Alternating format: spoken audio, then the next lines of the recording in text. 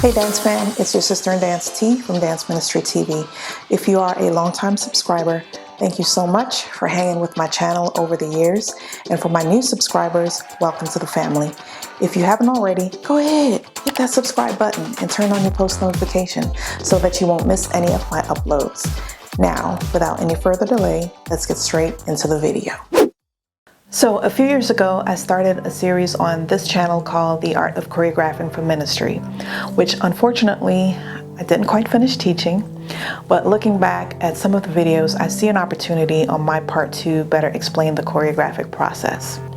But instead of picking up where I left off, I decided to start over with a brand new series called Dance Ministry Choreography 2.0.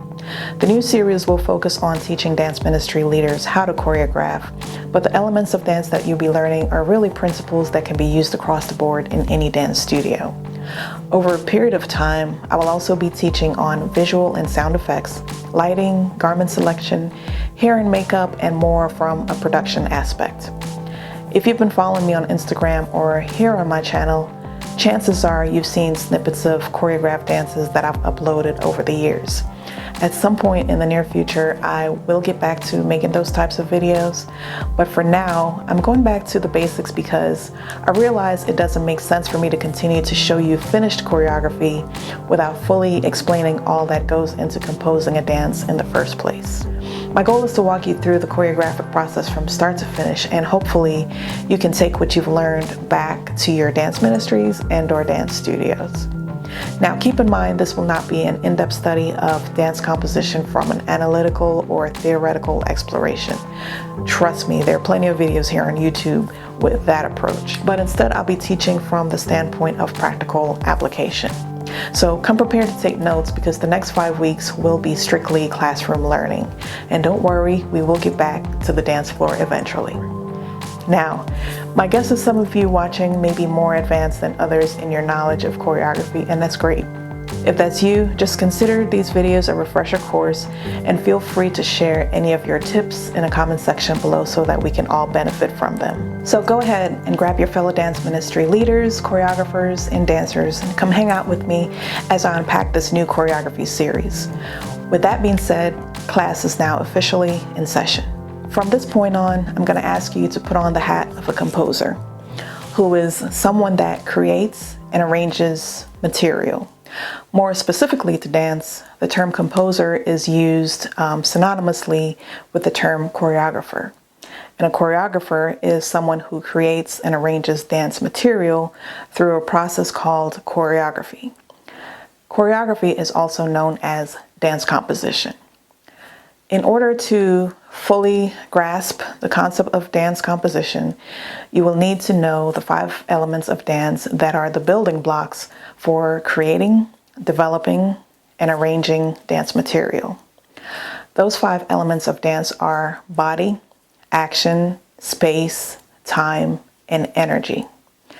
Listen carefully as I connect the dots between these elements. As a choreographer, you will need an instrument of expression, and that instrument is a dancer's body. A dancer's body is capable of performing actions, also known as movements, like walking, running, lifting, jumping, turning, twisting, bending, etc. These actions are performed in a general space like on a stage or in a church sanctuary, either in a fixed position or traveling from one place to another. Actions start and finish within a certain amount of time, using force or exerting various degrees of energy. To further sum up the 5 elements of dance using who, what, where, when, and how, the dancer is who, the dancer's body is what moves using actions, space is where the dance takes place, time determines when the dancer moves, and energy affects how the dancer moves. When it comes to dance composition, the best comparison in describing the role of these 5 elements would be that of baking a cake. A cake has specific ingredients and instructions that should be followed in order to get the desired results at the end of the baking process. The choreographic process is very similar in nature. Let's say you are listening to a song on the radio and the words inspire a dance idea. In your mind, you begin to visualize the movements, the amount of dancers, the shapes and formations, props if necessary, the garments, lighting, and so on.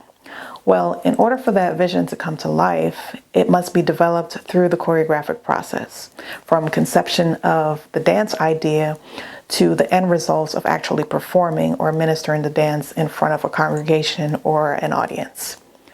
Over the next 5 weeks, I'll break down how each element of dance contributes to the choreographic process, starting right now with the first element, the body. The quintessential question for any choreographer is, how many ways can a dancer's body be used in terms of moving it and shaping it in the process of arranging dance material?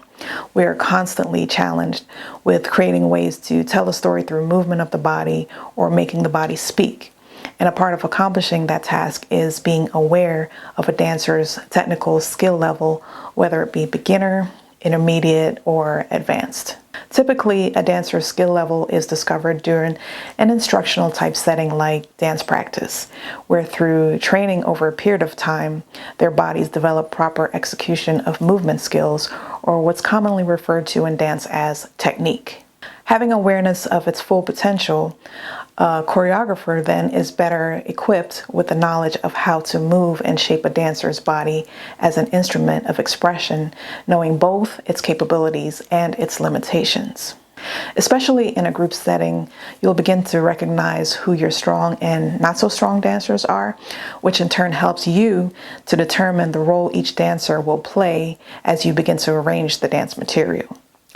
Equally important, though, is the dancer's self-awareness of his or her own body, including its parts, their locations, their functions, their positions or placements in action and in stillness. The movements they perform, the lines and shapes they form, their physical capabilities, and again, even their limitations. This is especially important for younger and inexperienced dancers to develop this kind of self-awareness regarding their bodies in dance. In general, though, all dancers should know what each body part can do, how they support you, how they lead you, how they move you, how they carry you, how they shape you, how they lift you, and also how each body part functions while performing either isolated movements or coordinated movements with other body parts. Oh, and by the way, don't forget the face as a part of the body, which adds a whole other level of expression to movement. Now, naturally speaking, we move our body parts every day, most times even without thought. We use our hand to pick up a phone, we turn our head to look at someone, we bend our back to pick something up off the floor. But let's face it, in the world of dance, each dancer's body is unique within itself, and we are not all on the same skill level when it comes to how our bodies and their parts function as a whole or individually. Some common differences between dancers could be in muscle function, joint function, bone structure, body mass, or weight, or height.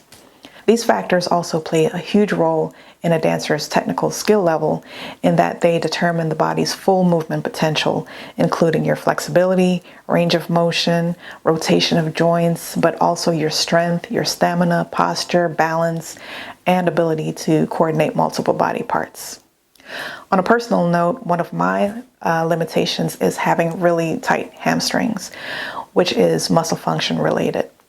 Having self-awareness of that, though, I then have to work a little bit harder than some of my fellow dancers to stretch them out in order to prevent muscle injury. But as a whole, as dancers, we should always strive to develop our technical skills in the areas that need improvement by consistently training and pushing ourselves to the fullest potential. And for the things that cannot be changed anatomically, remember differences are to be embraced because no two dancers' bodies are exactly alike. And that's what makes you unique. That is your superpower.